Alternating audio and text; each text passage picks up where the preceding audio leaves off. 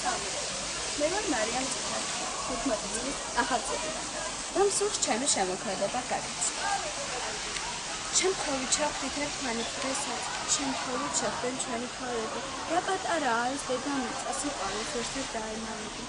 ცრემლიან თვალებს მარიდებ ხედავ, სევდას ხომ ვერსად დაემალები. ჩვეულ ღიმილით მიიკვლევ გზებს და ვაშკაცურ სახით ცრემლს უმკლავდები.